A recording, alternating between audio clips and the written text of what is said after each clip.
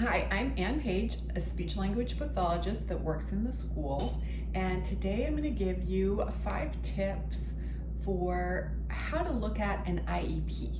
So not in how to actually physically look at it, but how to think about it. If you're a new SLP and you haven't done that many of them, I'm sure you've heard a lot about them, and IEP stands for Individualized Education Plan. So every student that is getting special education, be that resource or speech and hearing services, or if they're in a functional skills classroom, they have an IEP, which is a legal document that has to be renewed every year. So my first tip would be to take the time that you have for your IEP meeting. That's the other thing that happens. You have a meeting of all the stakeholders for the IEP. So you will have a meeting with the parent, with the teacher, with any support people, so support services such as the speech language pathologist, if there's an occupational therapist involved or a physical therapist. This is the time that everyone comes together and makes a plan for the upcoming year for the education of this student. I would say to take that time as your opportunity for connecting with the parent and with your other team members too. We're all busy and don't get to see each other that much, but you're all going to be sitting down around a table and being able to talk to each other. So use this time to connect and to make a real connection where you are talking about the student and what everyone sees for the upcoming year for this student. So my second tip would be, when you're in the IEP, when it's your turn as the speech language pathologist, you will have some time to talk about the present levels of the students. So you're going to talk about where are they right now with their communication, and how did they do on their goals from the previous year. I would strongly advise you to lead with the child's strengths or the student's strengths. I want you to think about the parent's point of view, and if you think about it, they are already used to hearing all the things that their child might not be able to do. Let's lead with telling them what their child can do and what you see as their strengths as a person and in their communication skills. You can always find something good to say. Tip number 3 is to use parent-friendly language.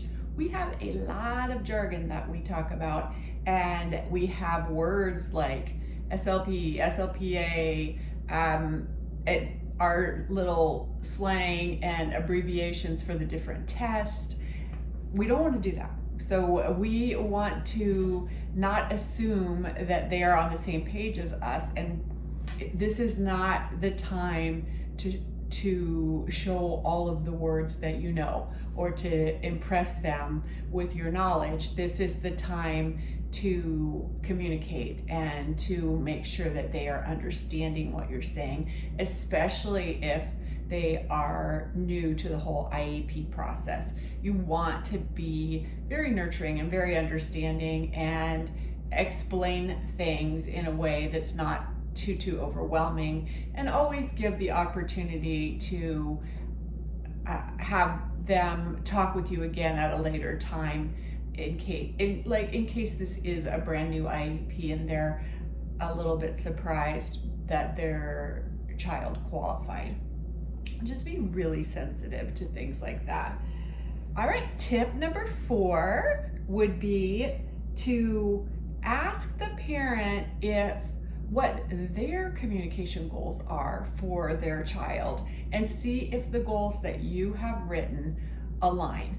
Because once you give the present levels and you say how they did on their previous goals, then you're going to talk about what their current goals are. It is always a good idea, because the parents are going to spend way more time with that student than you are to make sure that they're on board with the goals. And then also ask, is there something I can add?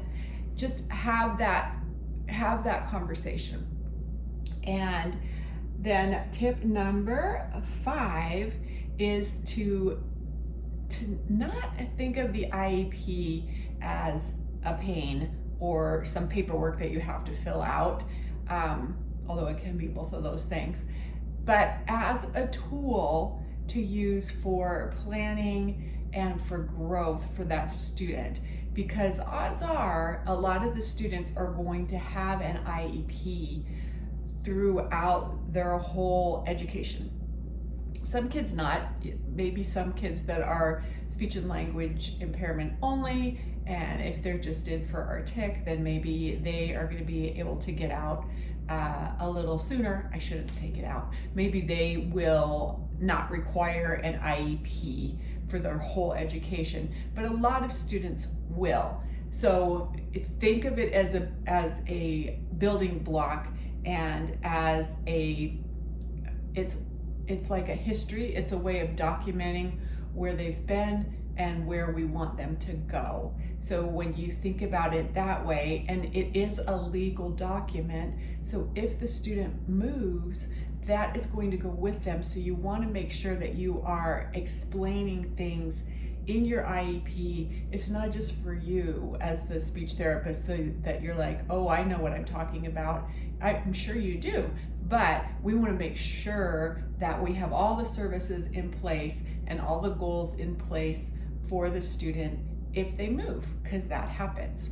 Okay, so let's just go over those really quickly. In summary, we talked about taking the IEP meeting as a time to connect with the other team members, especially the parent. Number 2, you're going to, when you're talking in the IEP, you are going to lead with the student's strengths, and it's always easy to find some of those. And then number 3, we are going to use parent-friendly language, not jargon, not talking down to them, but just using language that everyone can understand, because not everyone at the table has a master's degree in speech language pathology. And then number 4, you're going to talk to the parents and you're going to ask them, what are your communication goals for your child, and do you see these aligning with those goals? Because of course our goals have to be curriculum based, but there's always a way to tie everything together. And then number 5, we're going to use the IEP as a tool for growth and for planning for our student to help them along the way as they go through their education. I hope that is helpful to you. If you liked this video, please like it here, comment on it, follow me, and I will be back soon with more tips and tricks for SLPs.